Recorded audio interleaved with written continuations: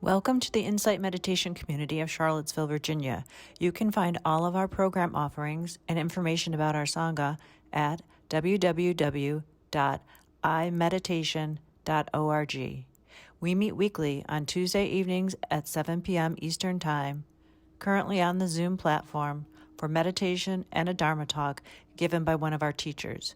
We also meet daily at noon Eastern Time on Zoom for sitting practice. We hope you can join us. So, as I said earlier, welcome to the Insight Meditation Community of Charlottesville. We are really lucky to have our guest teacher this evening, all the way from Montreal in Canada. So I'm just going to give a brief introduction and then pass it over to Dawn, and she will lead us through the evening together. So Dawn Mauricio, pronounced she, her, has been practicing and studying insight meditation since 2005 and has graduated from several Buddhist programs, including Spirit Rock's 4-year retreat teacher training. She teaches with a playful, dynamic, and heartfelt approach in Canada and the US to Black, Indigenous, and people of color, and to folks of all backgrounds. Dawn, thanks so much. Deep bows to you for the presence. Thank you. Thank you, Liz. Thank you, Judy, for holding the back end. And thank you, everyone, for being here. I'm really excited to get to know a new community. And I love that Liz was like, all the way from Canada. And it's kind of like beaming in from Canada. So as much as I have my misgivings about being online so much, I can't deny the connection it has allotted me. I don't know if I would have been in person or when I would have been in person with you. And so I'm happy to have this opportunity. So before getting started, especially with online stuff, I think at the best of times, our mindfulness or meditation practice can feel pretty individual or like the solo endeavor, because most of the time, if we're not gathering for a sit or a practice like we're doing this evening, it's easy to just kind of feel, yeah, like we're a lone wolf in this, because a lot of times we close our eyes, or we have our little corner in like our bedroom or something like that, and we practice on our own. And then when you add on top of that COVID restrictions and practicing mainly online, it could add to feelings of disconnection or misconnection, disconnection. And so with that, I have like a few things that I love to do to arrive as a community before we formally start our practice. So I hope you'll humor me. And if you won't, just, I don't know, tune me out. I won't really know. But basically, one thing that I just want to acknowledge is just the lineage of practitioners that are at our backs. And so the millions of practitioners who have been practicing for thousands of years, dating all the way back to its roots in Asia. So just wanting to bring them to mind, and you could close your eyes if you like, or just imagine all of these folks that love this practice as much as you at your back. And it's thanks to them that we get to practice in this way online, beaming in from different locations 26 or 2,700 years later. Whenever I do that acknowledgement, I often think, I bet in their wildest dreams, they wouldn't imagine that this is how we'd be practicing. And so just honoring the roots of this lineage and the practitioners. But at the same time, I like to think of 7 generations ahead of us. So pulling from indigenous wisdom. And so 7 generations is about 200 years or 250 years. And to recognize that we are the link between those who have practiced behind us and those who are to come. And so it is our enthusiasm and love for this practice that will keep this practice going. And so just to recognize your role in that.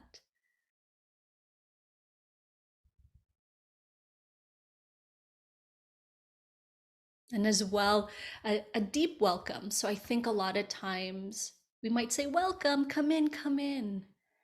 But I like to be explicit and make it a deep welcome. And it may be imperfect, but just wanting to name some ways we might identify, or ways that we hold ourselves dear. And so just being explicit that wherever you're born, or whatever your practice level is, your first language, your political affiliation, your socioeconomic status, level of education, let's see how many I can put in here, your age, your body shape, your sexual orientation, your sexual identification, your race, the color of your skin, your belief system, your mental or physical abilities, or even your mental and emotional states. However you're showing up, it is welcome in this practice. And at the same time, despite this deep welcome, I've certainly felt that I couldn't bring in parts of myself into this practice. And so you don't have to close your eyes, but maybe just turn your eyes downward and maybe reflect on offering a deep welcome to yourselves as well. Because in that list, there might be parts of yourself that weren't mentioned, but that you also leave out. And so is there a part of yourself that you don't bring to your practice, or into practice spaces, or in practice communities? A part that might need caring attention?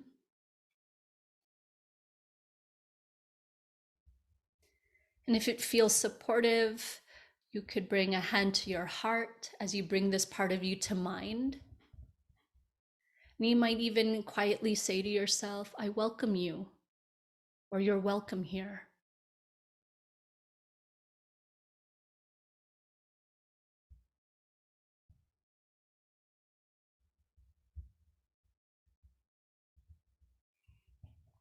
Then if your eyes are closed, you could blink them open or lift your gaze.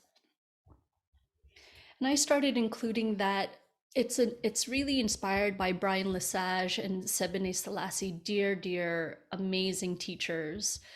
And when I heard that, I realized that I'm this like energetic, bubbly, coffee lover, meditator, and I often didn't feel like I belonged, because like I should be drinking tea, or I should be moving slowly, or being really quiet, and all of that stuff. And it was really hard to leave that part of myself out. I actually started practicing because I thought I could turn myself into an introvert. Didn't work yet. But anyways, and so instead of trying to change that part, I started really bringing her in. And so whatever parts of you that you might have felt didn't belong, welcome that part in. And then the last part would require, at least if you choose this mission, to approach your device, your computer, or your however you're tuning in. And if you have your camera off, that's totally fine. And the invitation is to turn your camera on for just the next 10 or 15 seconds. And you might still keep it off. So just light encouragement, but also not obligatory. And then from here, if we could lean in toward our device, toward the camera, and then look at each other, take each other in. Yeah. And then I like to do the little spy thing where I look behind the people too, just to get a feel for the humanness. Like, oh, is that an old boombox? Or like, wow, are those all books or records? Or like, oh, I didn't expect two people to show up in one square, or something like that. And then to take in those whose cameras are off because their cameras might not be working, or for whatever reason. It's cameras are off, but take in their names, profile photos. Yeah. Sweet. Yeah. And then you could lean away. If you really want, you can turn your camera off, of course. So whatever feels supportive. But just wanting us to kind of to be reminded that there is a community that is upholding or bolstering our practice, but then also to not forget that we are community for other people. So we look out and we might be like, oh, all of them, they count or something like that, but they're looking at you thinking the same thing. So just to remind ourselves of that. All right, enough of those shenanigans. Let's get down to the serious stuff. How I'll hold this evening, it'll be practice. We'll have a break, about a 5-minute break, maybe a little bit before the hour. So we'll practice for about 40 minutes or so, if my math is correct. And then we'll come back after the break and I'll share some words about practice. And then poof, that'll be our time. So, in that spirit of bringing in or welcoming parts of you that you might not feel like are welcome, what you might do, and this could maybe feel daring, or daring for today at least, is you might choose a posture that is unlike a posture you normally take in practice, but you've been curious about. Or sometimes I see, like on social media, if you're looking for a sign, this is it. So this is considered that sign. It's like if you always want to try lying down, or something like walking practice while there's guidance, you can do that. Just maybe stay within earshot of your device so you know when to come back. Because we're at home, you could grab that fluffy blanket, kind of force your pet down on your lap. um, I'm talking to the cat people, just kidding. Whatever you feel like could be an expression of care that you have or that you hope to have for yourself.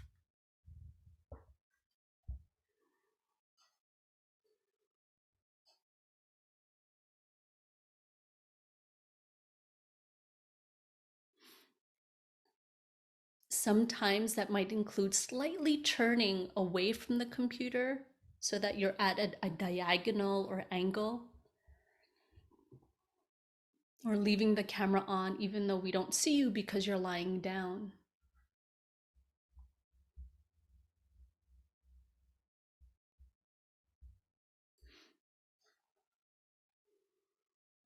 And eyes can be closed or turned downward, or a combination of that.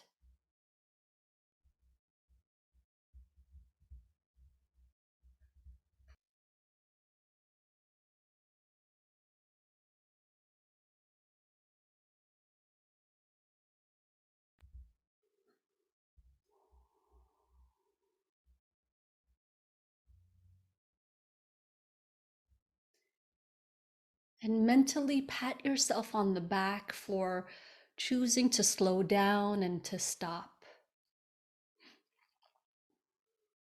And whether it's your first time today doing so, or your 10th time slowing down and stopping, just celebrate that you're doing it once again.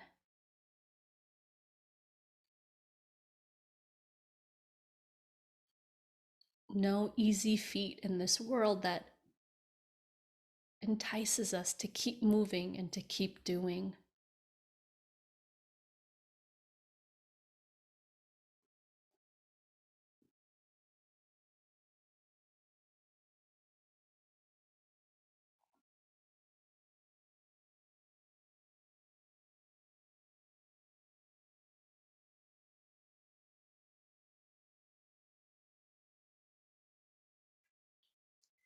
And as you slow down and stop here, bring to mind, if this image works for you, a snow globe. And imagine when you arrived, you were like this shaken up snow globe, shaken up by maybe the conversation, the welcome, maybe anything you had to do before logging into Zoom. And as you stop, observe how the snowflakes in this snow globe slow down and move towards settling. But being curious with how much settling is available to you this evening. Not forcing a settling, but just seeing what's available.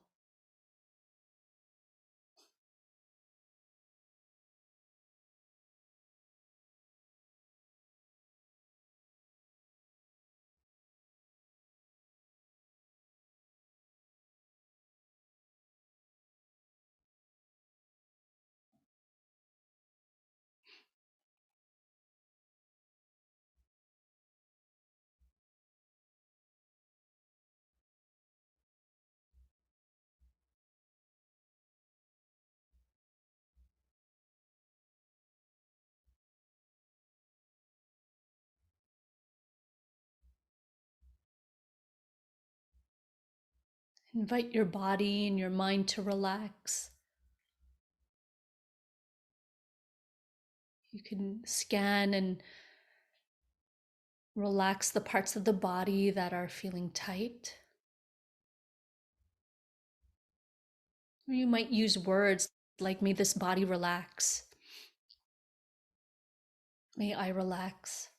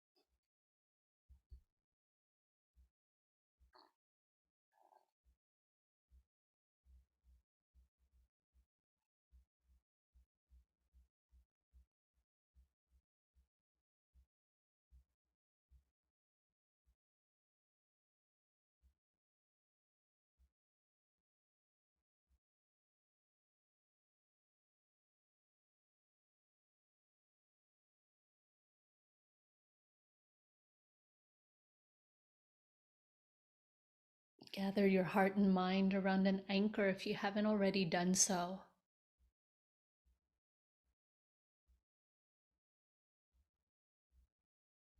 That might be following the in and out of each breath, the arising and the passing away of sound, or the sensations in one part of the body, like just the hands or just the feet.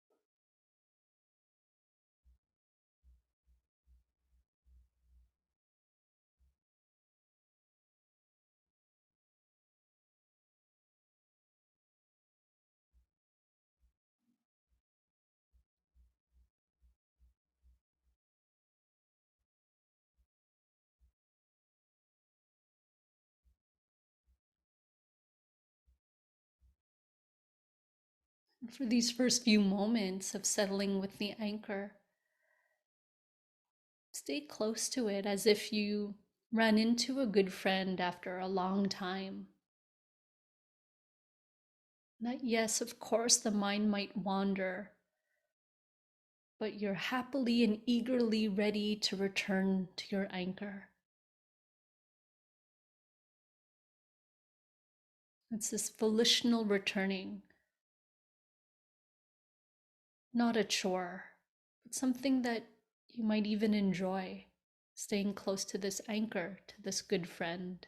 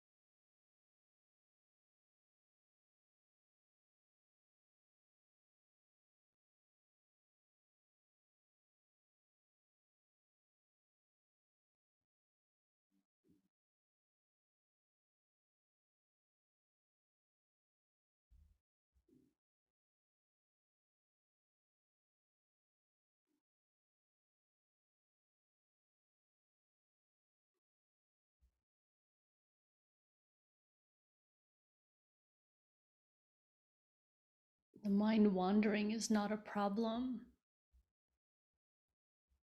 And so, given that, can the return to your anchor be as gentle or as subtle as the breath or sound or sensation itself?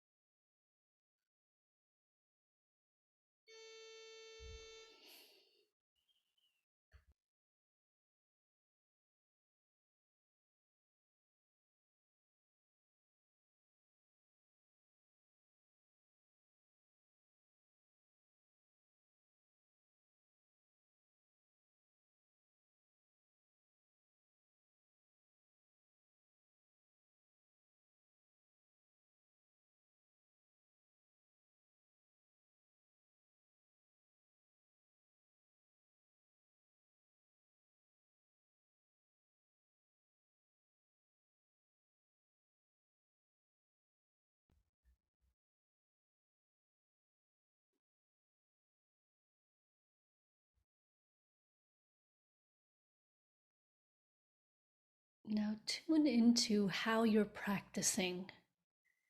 How might you be staying close to your anchor?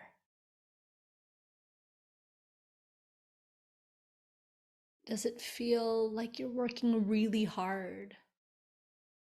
So much so that if the bell were to ring right now to signify the end of this practice, you'd be relieved.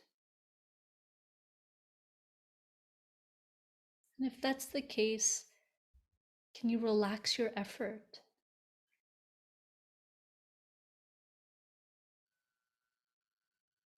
But if, on the other hand, your mind has been wandering, again, that's completely normal. But maybe instead, you're creating a to-do list or a shopping list or some fantasy in your mind. In which case, maybe taking a full breath to reset your intention, maybe sitting up a little taller,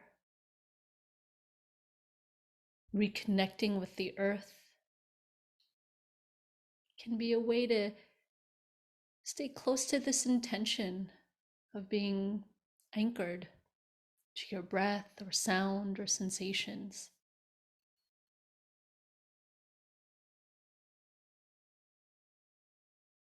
So finding this balance between effort and ease.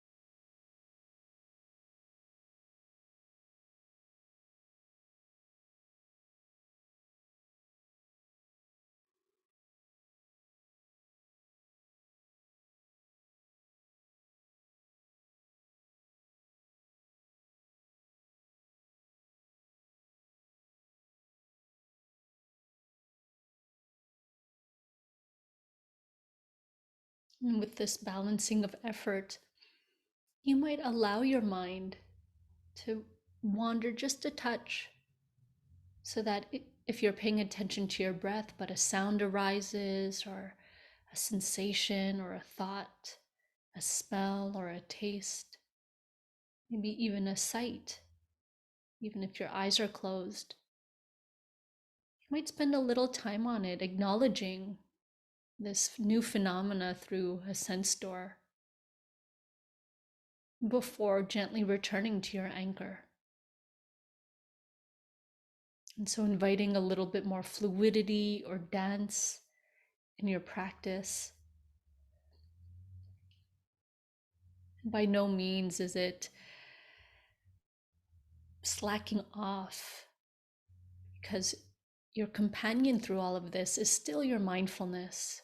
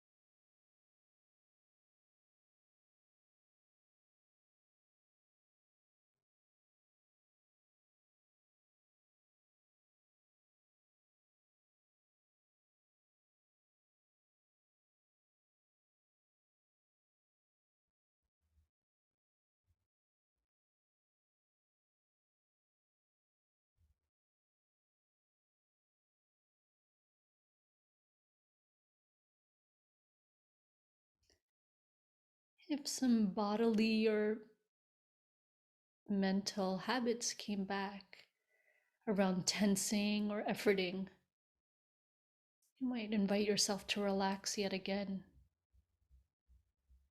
May this body and mind relax. May I relax.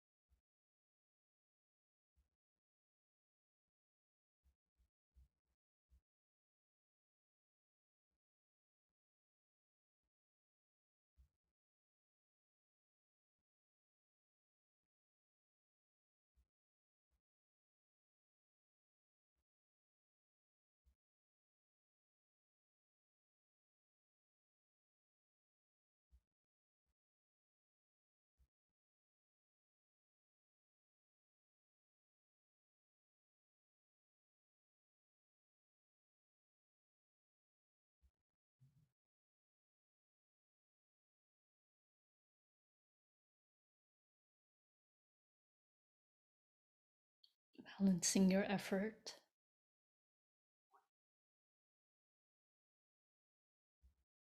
not too tight, not too loose. Staying connected to your anchor, but not grasping it. Allowing for fluidity, movement, life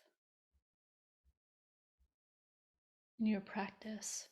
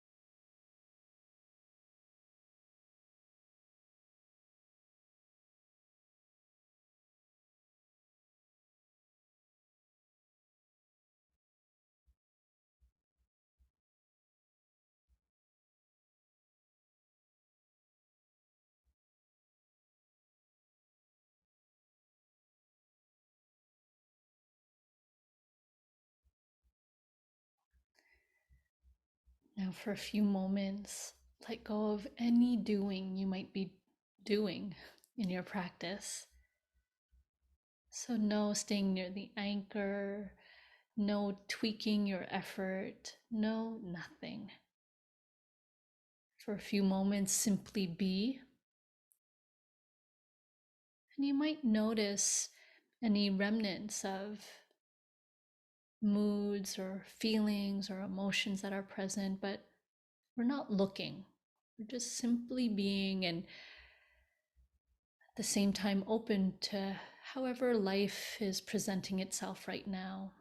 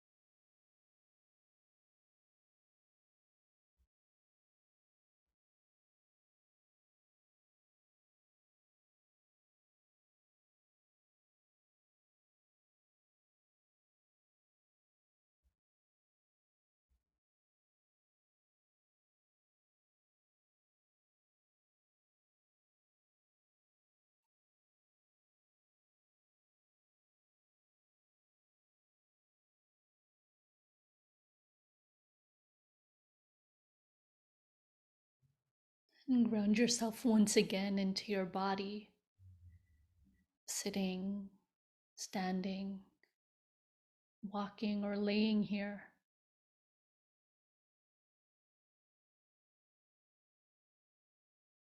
Noticing sounds and movements happening around you, near or far.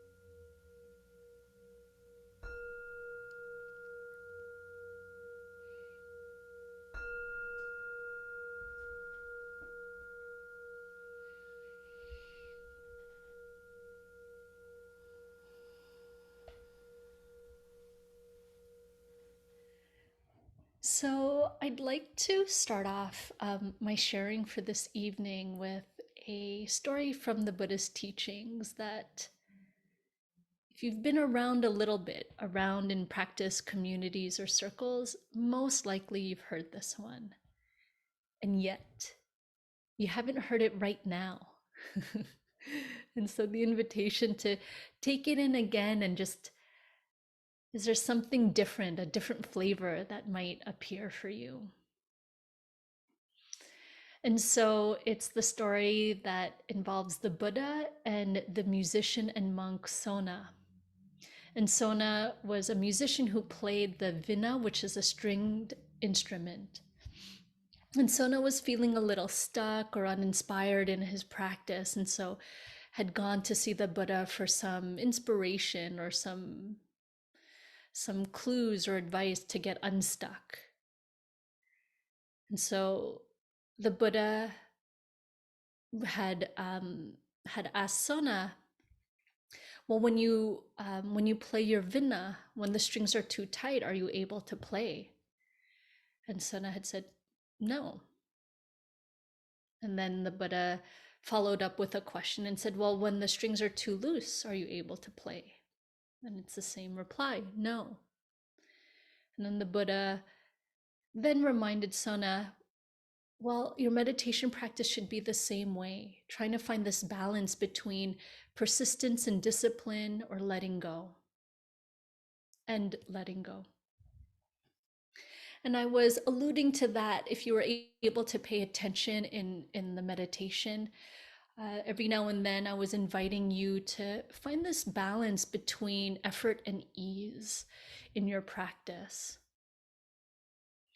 And it's not an easy one. It is one that I have struggled with a lot, and still struggle with to some degree, because I sometimes say I'm a recovering perfectionist, but those tendencies still flare up every now and then. And I was just in a study group, a Dhamma study group right before our meeting, and I was sharing in that group tricks that I use in order to not activate that part of me. And so sometimes it's listening to talks when I'm on a walk so that I can't write everything down.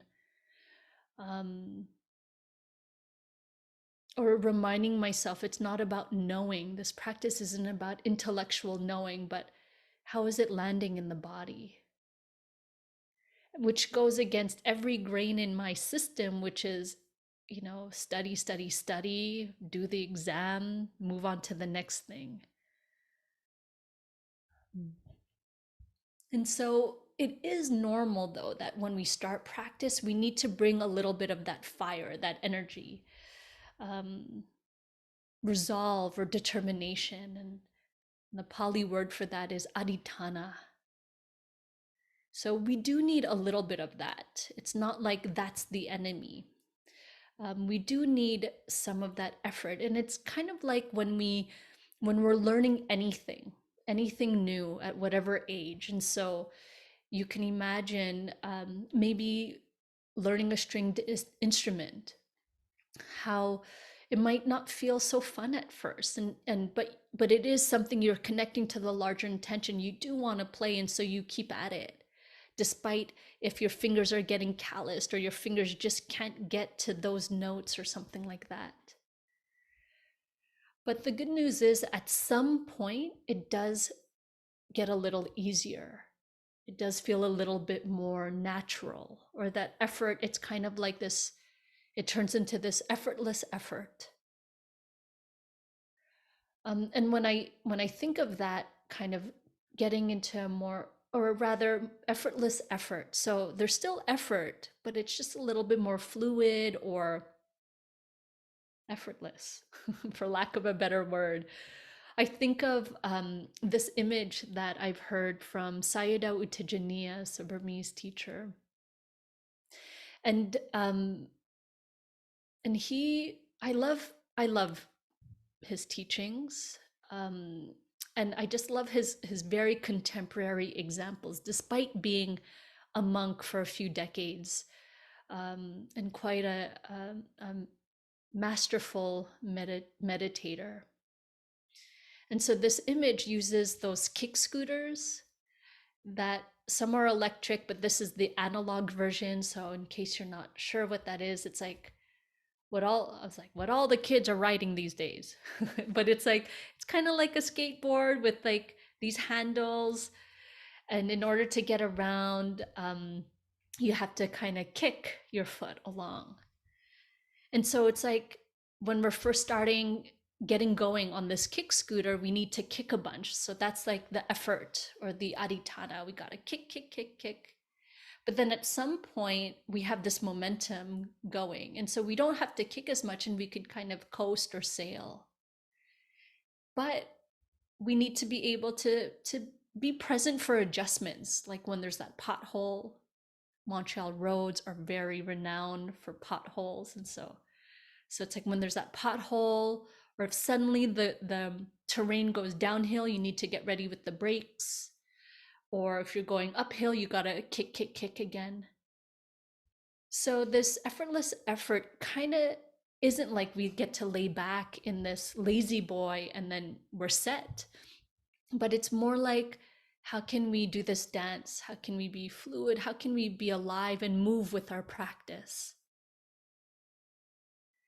And inviting that fluidity or that movement into the practice can be destabilizing, especially if efforting or that kick, kick, kick is all we know.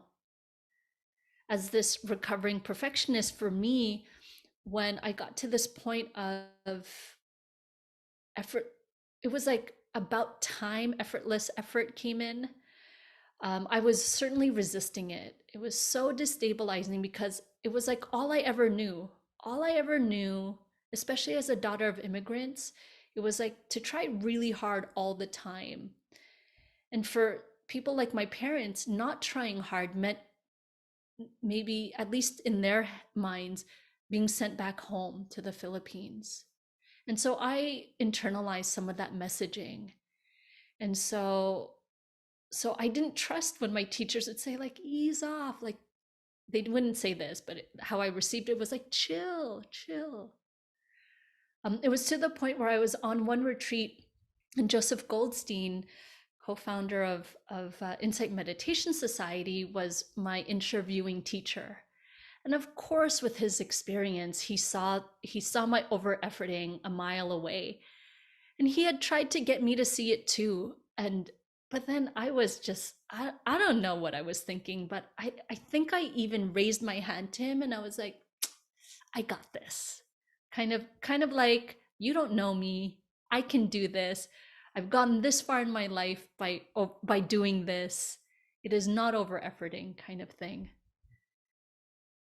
I mean, do I need to tell you how the story ends? It's like, of course, he was wise. I wasn't in that moment, and it was so surprising that I actually burnt myself out on a meditation retreat. So much so, I gave myself an anxiety and panic attack. And so when I tell my friends who are not practitioners, they think when I go on meditation retreats, it's like I'm at the spa. Really, it's not, though, of course we know. And then when I tell them that I got burnt out, they just are really boggled. And then they stop asking me questions. But but all this to say is I was misplacing my trust. This trust or this faith, sadha, that is a beautiful quality in this practice. I was misplacing it. I was placing it or trusting in the effort, that I was tuning in or sensing in or cultivating qualities, not because the practice itself is powerful, but because my effort was. And of course, that's not true. So I was trusting effort over this ancient and beautiful practice. And in some ways, the image that comes to mind for me, it's like I had spent years swimming, in air quotes, swimming in the pool, but because I was like on near the side, so I could always kind of have my hand on the side of the pool, or maybe I'd play with letting go, but I knew I could always kind of latch on again. And so with this encouragement to not try so hard, it was like as if I got thrown into the deep end or into the middle of the pool. And it was so destabilizing. I was scrambling. It was so unpleasant. I didn't want to be there. But then at some point, I realized that I could actually swim, as opposed to needing that floaty device of the effort or grabbing onto the side of the pool. And so all this to say is that it really points to wise effort or right effort in the teachings and the Eightfold Path. And that's what I want to share a little bit about this evening. And so right effort or wise effort, it deals with thoughts, and in particular, two types of thoughts, wholesome and unwholesome. But before sharing more about this teaching, just wanting to maybe get us all on the same page, because we grow up with different, everything different for one, but just even how we might have been conditioned around some words, or it might flare up certain things. Like if you hear right effort, the mind might be like, well, then there's a wrong effort, wise or unwise or something like that. Very binary thinking. And so just to maybe encourage you to place it more on a spectrum, that it's a lot more nuanced than just right, wrong, wise, unwise, wholesome, unwholesome. And in some ways it's kind of like, well, I even still find wholesome, like I don't really use wholesome in my daily life, unless I'm talking about practice or to practitioners, something like that. maybe if I don't know. No, I don't think so. And so I think for me, at least, what helps me feel connected to the practice is finding synonyms that I use daily that could really ground this practice in my daily life. And so what I appreciate instead of wholesome, unwholesome is like helpful and not so helpful. And it's like, well, helpful for what? Helpful for creating less harm for myself or others, whether it's now or in the future. And so right and wise, it could be more like what's onward leading? What helps me get to that that place where I could suffer less, this freedom from suffering. And then again, just so that we're all on the same page, some unwholesome stuff could be greed, hatred, comparing, guilt, delusion, aversion, ill will. And then some wholesome stuff, because they count too. Calm and tranquility, mindfulness, compassion, loving kindness, equanimity, joy, generosity. And so just in case, I'm not sure, but just in case someone here is like, oh, another list, a list of 4, but then she said right effort was part of another list of 8, and kind of thing. And you might be like, why bother, or something like that? Why bother learning a new list? Well, one is, I like to say that we're just planting seeds. You never know what teaching will stick. And it might stick a little bit, but then really come in handy when you least expect it. So it's like that planting of the seed. And the way that I see this teaching, but basically all the teachings, is that they really just help us see more clearly so that we can choose more wisely. So again, how to choose in a way that causes less harm or suffering for ourselves and others now and in the future. But then also this invitation, I like to think that almost all of these practices as well really invite us into the body. Sometimes we might think that meditation is like all about the mind, but I think it's really all about the body. And then when I drop into the body frequently, then I get to see that this body is made of all the elements. And then when I see that, it's like, well, then I am earth. And then when I see that, it's like, oh gosh, how am I treating the earth? How am I maybe advocating for her? And so, and then on top of it, it's like all of these teachings, I feel like, connect us with each other. We might be exploring our very specific experience, but then when we allow the stories to fall away, like the characters and the opinions and all of that, what is left is what connects us. And so even if you tune in and out of this teaching, that's fine. Just know, or you don't even have to know. Like my faith is so strong that it's like, even if you tune in here and there, I like to think that the practice is working its magic on you anyway.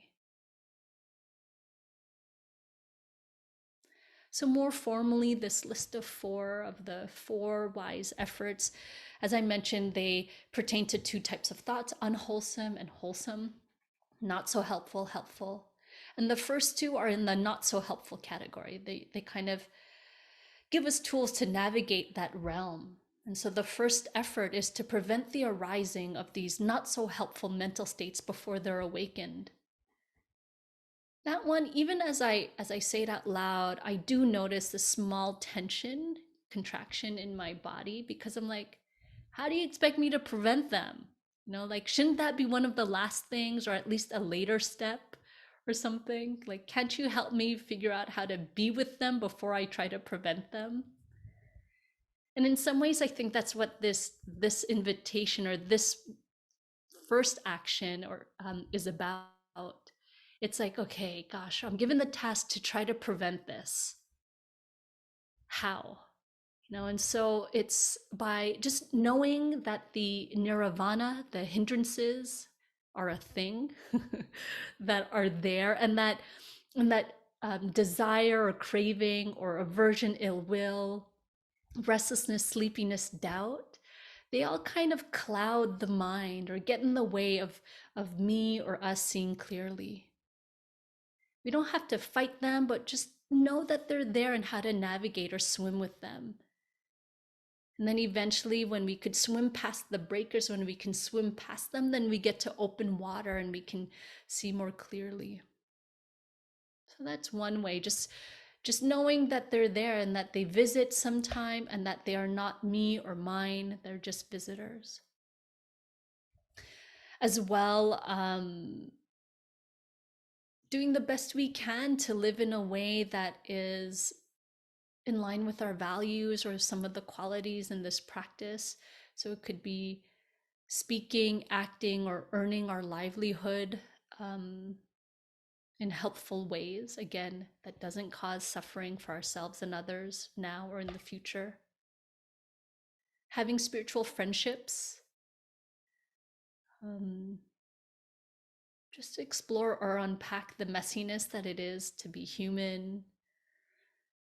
Those really help me see more clearly. And if you're just like, oh my God, this sounds like a to-do list, and my to-do lists are pretty full, it could simply be just committing or continuing to be mindful as best you can or as often as possible.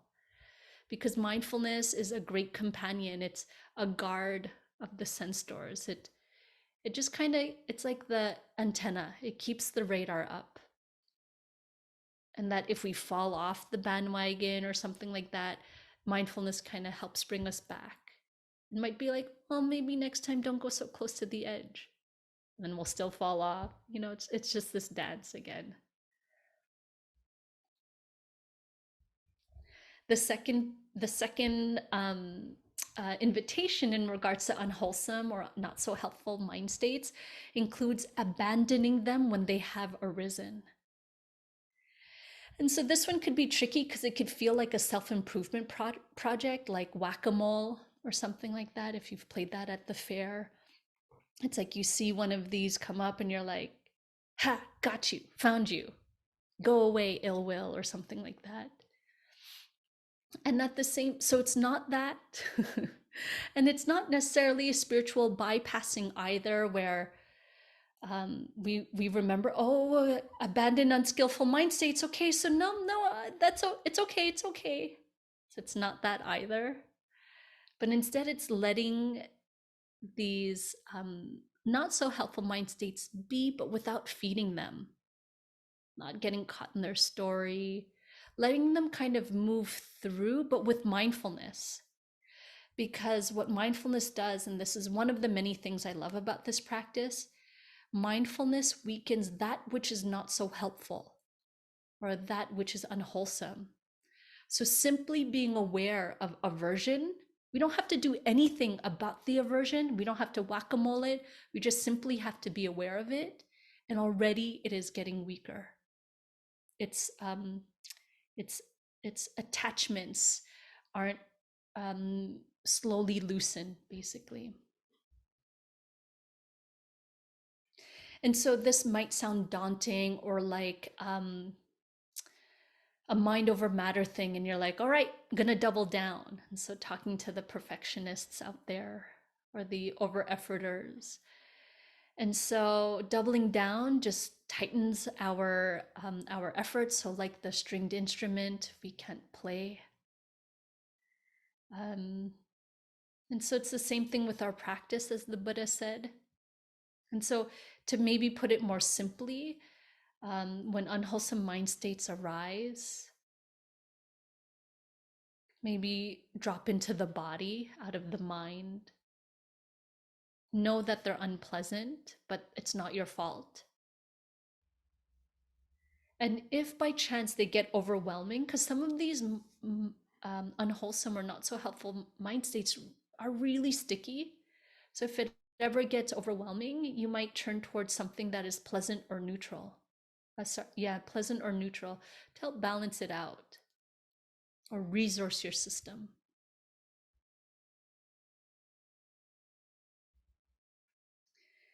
And then now on to the good stuff. Just kidding. It's not good. It's pleasant. So the wholesome mind states. And so the third invitation in this teaching is to cultivate skillful mind states. But I would even take it back or add a nuance to this idea of cultivating them. It's to simply be mindful of them when they do arise.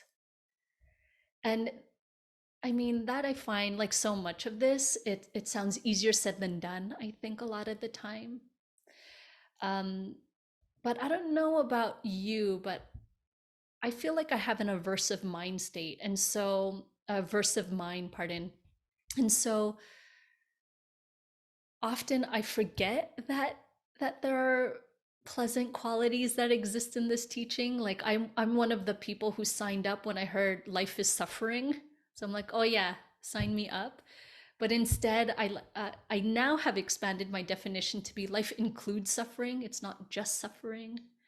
But I need to be reminded of that, basically. And so sometimes just knowing that they're out there, and then having the mindfulness antenna up to be present when they do arise, and they include, say, like generosity, as I mentioned, simplicity or renunciation, energy, patience, loving kindness, equanimity, joy, compassion.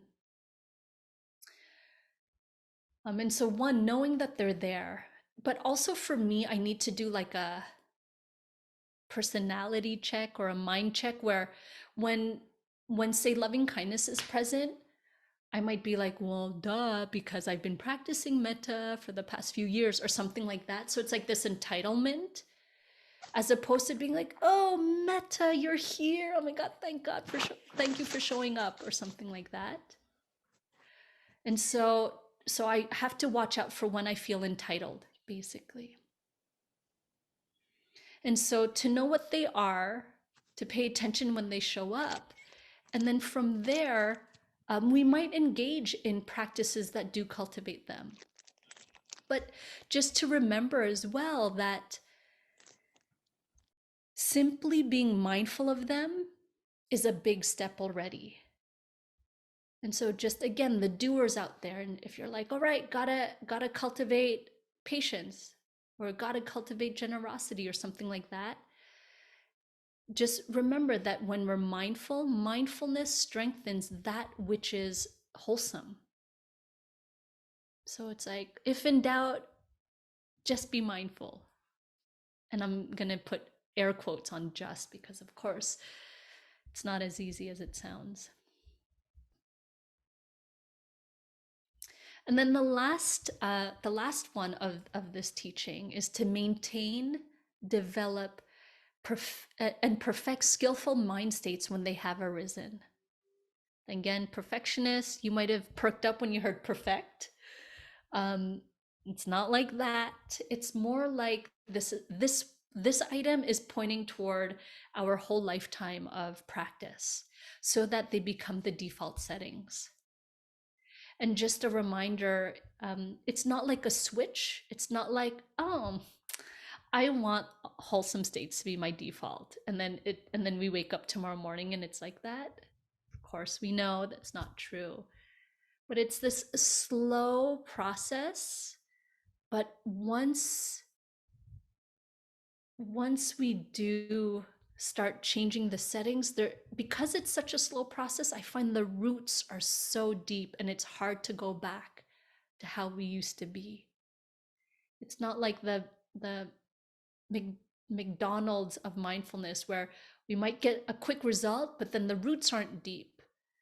It's like sometimes agonizingly slow, but it's really hard to go back. And I think of right now this time where, like, I used a lot of self-judgment and self-hatred, self-talk to motivate me. That was part of this like whole efforting And one of the things, like when I was maybe in a shame cycle or something like that, I would take a shower and be upset, and like I would cry and talk to myself so meanly.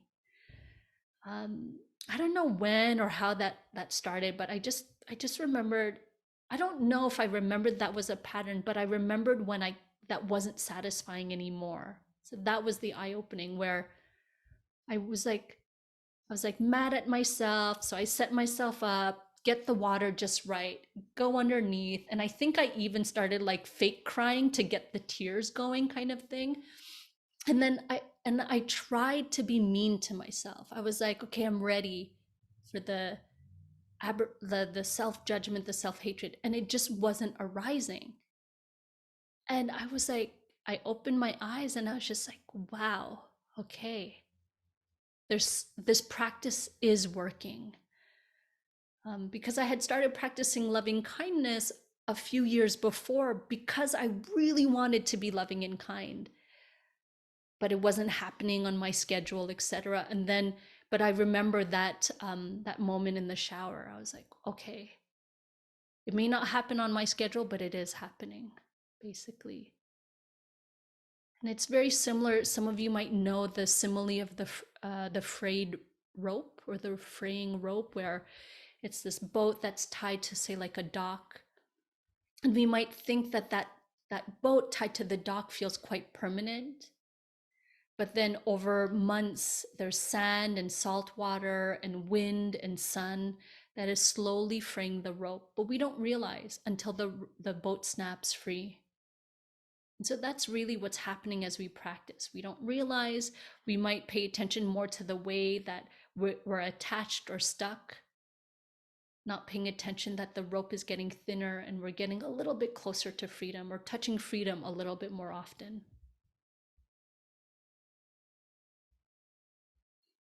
And so even though I offered this list of 4, like so many, or like maybe all of the teachings, my encouragement is to hold it lightly, to trust that it'll pop up when you need it. And again, I think of an image from Sayadaw Tejaniya where, and you might do this with me, but he presses his 10 fingertips against each other. And then when he did this, he will ask, how much mindfulness do you need to know that all your fingertips are touching? Do you need to clench your jaw and furrow your brow? No, it's just maybe placing your attention there. So it's this light touch. And so in the same way, can you lightly hold or lightly touch this teaching? Let it be a support, not another thing you accumulate or consume in our consumerist society. Other ways you can think of it is to be process-oriented, not outcome insistent. So to honor the journey, not race to the destination. And then the reminder to not make this a fix-it project or fixing yourself project, but to do the best you can to meet each moment with courage and compassion. And maybe, I mean, this could be a whole other can of worms, but to really bring in a sense of ease and joy to help balance your effort. And for me, ease and joy might be like that Netflix show that everyone's talking about, or something like that, or that YouTube video, or because my mindfulness practice has widened my perspective so much, where paradox can live. And so things that I used to be like wrong, watching YouTube once you're a meditator, wrong, or watching Netflix, wrong, things like that, it's no longer as binary.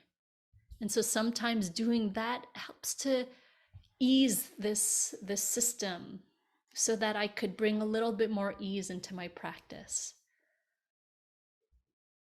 And then again, the why, so we can see more clearly, choose more wisely. Remember, we are earth and of this earth. And if recessions and global meltdowns and pandemics haven't shown you, we are more connected than we know. And so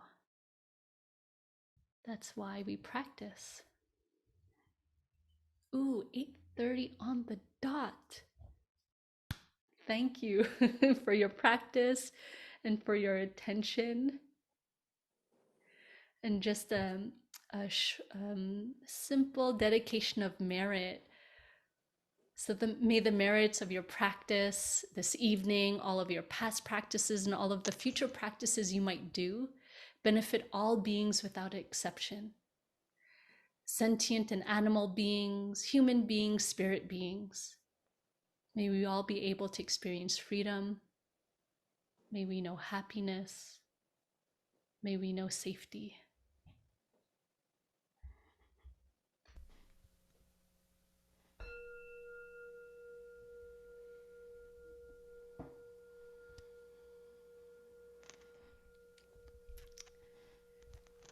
Thank you, everyone.